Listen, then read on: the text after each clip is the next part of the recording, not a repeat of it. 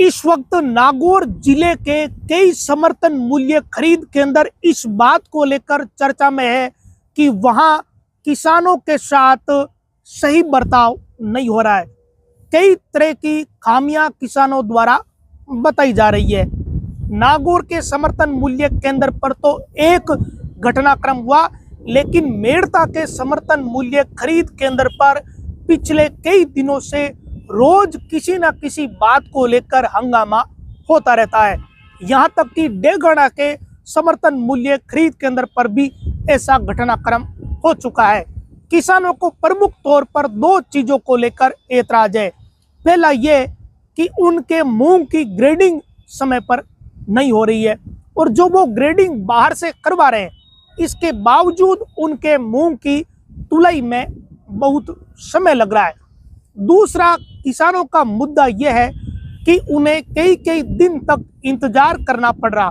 उनके फोन पर मैसेज आता है कि इन 10 दिनों के भीतर आप समर्थन मूल्य खरीद केंद्र पर पहुंचिए।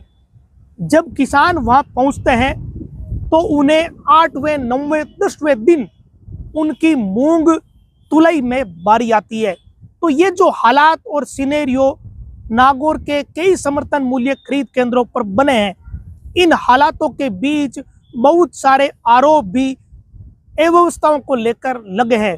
विशेषकर जिस विभाग की जिम्मेदारी यह है कि उन्हें समर्थन मूल्य खरीद केंद्र की मॉनिटरिंग करनी है, उस विभाग के अधिकारी ही सवालों के घेरे में हैं। उनके द्वारा बरती जाने वाली कोताही, लापरवाही के पीछे कोई ना कोई वजह जरूरी रही होगी, अन्यथा इस तरीके के जो घटनाक्रम हो रहे हैं वो संभवतया नहीं होते। अंदर खाने या फिर इशारों में ये आरोप भी लग रहे हैं कि मॉनिटरिंग करने वाले डिपार्टमेंट के अधिकारी ही इसमें गड़बड़ियों में शामिल है। अब वो किस तरीके की गड़बड़ियों में शामिल है, किसानों का जो मूंग तुल रहा है या मूंगफली तुल रही है, उसमें गड़बड़ी किस किस नाम से हो रही है, इसे लेकर बहुत सारी चर्चाएं पिछले कुछ दिनों से चल रही है। मुख्य तौर पर तो ये चर्चा चल रही है कि जो भी किसान मूंग और मूंगफली अपनी बारी आने पर समर्थन मूल्य खरीद केंद्र पर लेकर पहुंचते हैं, तो वो किसान 1 या 2 दिन तो इंतजार करते हैं, लेकिन जब उन किसानों को लगता है कि यहाँ तो उनकी बारी 8-10 दिन ही नहीं आएगी। दूसरा, जो वो माल या जिन्स लेकर आए उसमें कमी बताकर या उनके माल की क्वालिटी हल्की बताकर उसकी छंटनी कर दी जाएगी। जब किसानों को ये संदेह होता है तो वो किसी न किसी से संपर्क करते हैं और यहीं से करप्शन का पूरा खेल शुरू हो जाता है। तो एक बड़ा करप्शन इसमें होने की आशंका पिछले काफी समय से जाहिर की जा रही है, लेकिन समर्थन मूल्य खरीद केंद्र पर अपनी फसल बेचने के लिए जाने वाले किसानों के लिए भी ये बहुत ही दुर्भाग्यपूर्ण हालात है कि वो किसी को शिकायत भी नहीं कर पाते।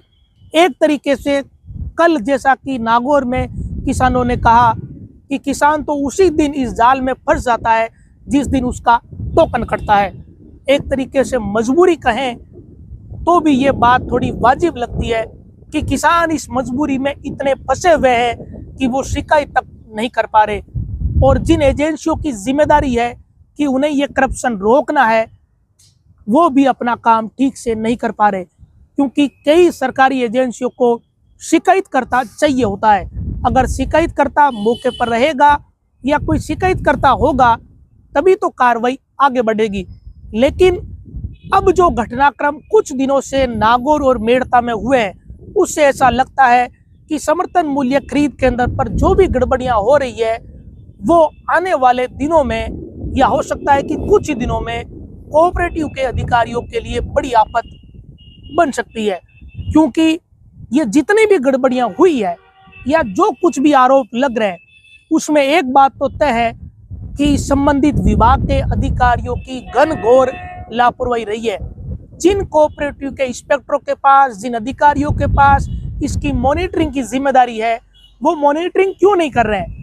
वो मॉनिटरिंग तभी तो नहीं कर रहे होंगे जब उन्हें लगता है कि मॉनिटरिंग करेंगे तब तो किसानों का फायदा होगा, और मॉनिटरिंग जब समय पर नहीं होगी तो किसान किसी न किसी को ढूंढेंगे कि हमारे मूंग की तुलाई या मूंगफली की तुलाई समय पर हो जाए, हमें 10 दिन इंतजार नहीं करना पड़े और जो वो माल लेकर आए हैं वो पूरा तुल जाए। सबसे बड़ी बात तो ये भी है कि पूरा जो माल मूंगफली और मूंग लेकर आते हैं किसान, उसके पूरे की तुलाई हो जाए, उसकी छंटनी नहीं हो।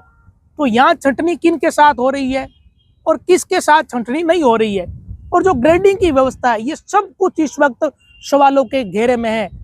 लोग कह रहे हैं कि बहुत बड़ा घपला रोजाना हो जाता है। अब किस स्तर का होता है इसका अंदाजा लगा सकते हैं बस, लेकिन जब कुछ चीजें आधिकारिक नहीं होती तब तक ठीक से लोगों को चीजें पता नहीं चलती। लेकिन अब 2-3 दिनों में जो घटनाक्रम हुए हैं उसके बाद एक बात तो बड़ी साफ दिख रही है कि कोऑपरेटिव के अधिकारी थोड़े से सहमे हुए हैं। उन्हें जरूर अब इस बात का ये बात महसूस होने लगी है कि इस जिले में लोग जागरूक हो रहे हैं, किसान जागरूक हो रहे हैं। तो ये जो जागरूकता बढ़ी है, अगर आने वाले दिनों में ये जागरूकता थोड़ी और बढ़ी तो फिर उन लोगों के लिए जरूर संकट बनेगा जो किसानों के लिए अब तक संकट बने हुए थे। अब देखने वाली बात यह है कि जो शिकायतें या जो आरोप लग रहे हैं उनका कोई अनुसंधान होता है या नहीं होता, और जिन एजेंसियों के पास जिम्मेदारी है, जिन विभागों के पास जिम्मेदारी है इन चीजों को रोकने की, वो अपना दायित्व कब निभाना शुरू करेंगे, इस पर सबकी नजर है।